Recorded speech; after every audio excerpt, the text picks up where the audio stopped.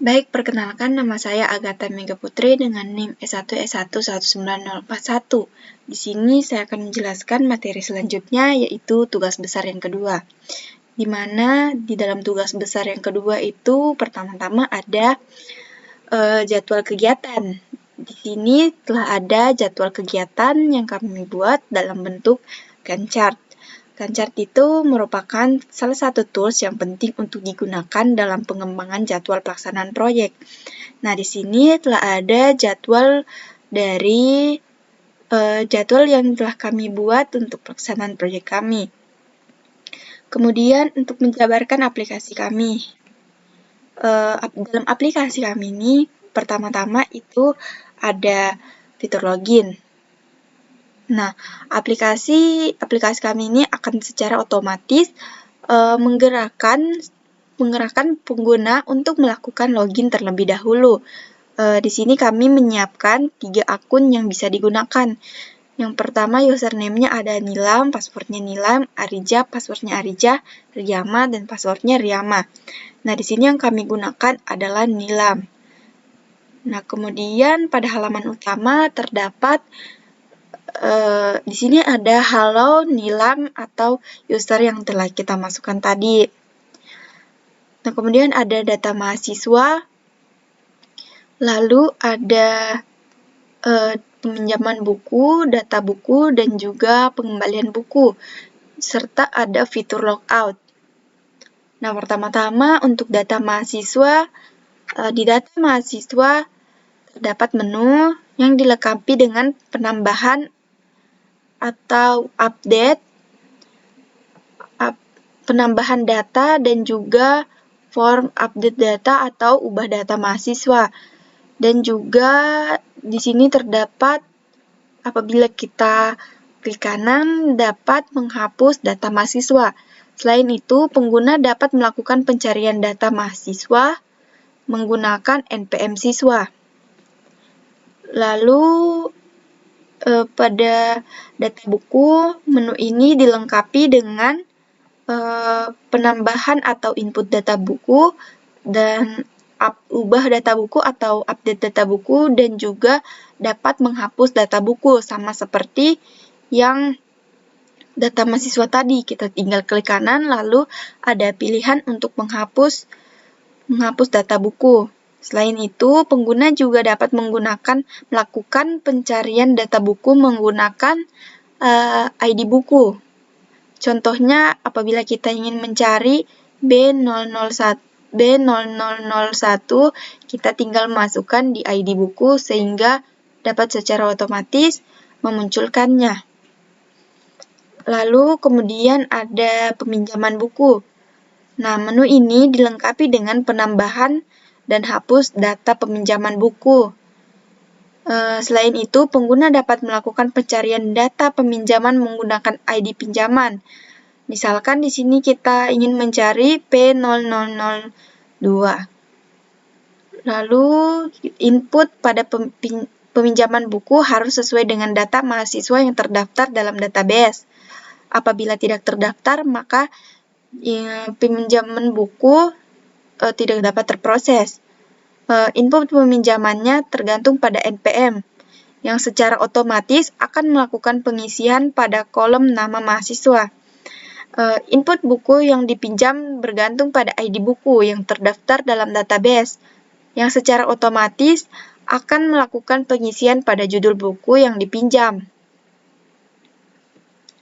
Lalu ada pengembalian buku. Nah, menu ini dilengkapi dengan pemrosesan data pengembalian buku yang berdasarkan data peminjaman yang dapat menghitung denda apabila peminjam melewati tanggal pengembalian yang ditetapkan.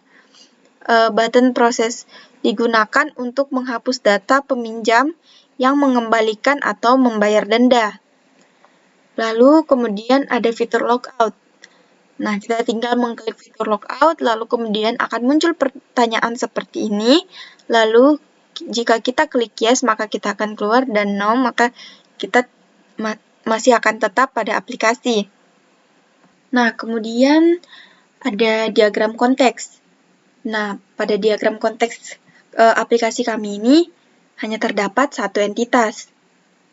Kemudian entitas tersebut dapat memasukkan atau menginput data buku, data mahasiswa, data pinjam, dan tanggal kembali.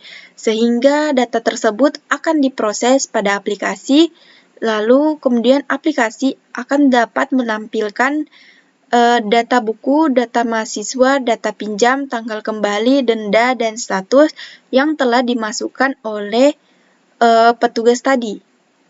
Kemudian ada data flow diagram yang level 1 atau DFD level 1. Nah, di sini ada entitasnya hanya ada admin atau admin ini bisa dikatakan sebagai petugas. Nah, pertama-tama petugas menginput data login untuk mengakses aplikasinya. Lalu aplikasinya akan memvalidasi, itu kemudian fitur loginnya ini nanti akan mengoutput atau memberikan data admin. Lalu aplikasi akan memverifikasi login. Nah, kemudian setelah login, admin akan dapat menginput ID buku, judul buku, penerbit, kategori, deskripsi, stok pada kelola data buku. Kemudian pada aplikasi pengelolaan data aplikasi yang mengelola data buku ini akan menginput ID buku, judul buku, penerbit, kategori, deskripsi, dan stok pada data buku yang sudah saya jelaskan tadi. Kemudian data buku itu akan menampilkan atau mengoutput data buku.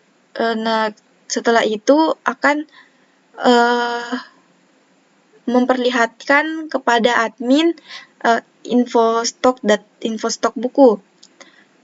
Kemudian admin akan menginput NPM, nama mahasiswa, fakultas, dan prodi pada kelola data mahasiswa.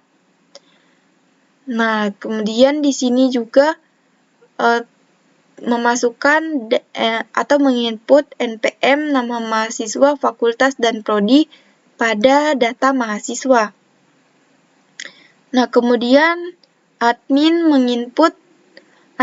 atau petugas dapat menginput NPM, ID buku, jumlah buku, tanggal pinjam, tanggal harus kembalikan dikelola data pinjam. Nah, kelola data pinjam itu dapat mengelola ID pinjam, ID buku, jumlah buku, tanggal pinjam, tanggal harus kembali, dan status peminjam, dan kemudian masuk ke dalam peminjaman. Nah, kelola data buku itu dapat menginput pada kelola data pinjam ini dapat menginput ID buku pada kelola data atau pada data buku. Nah, kemudian admin dapat menginput NPM dan juga tanggal kembali pada kelola data kembali yang ada di data peminjaman atau status peminjaman. Nah, di sini kelola data kembali dapat menginput denda status pada data peminjaman.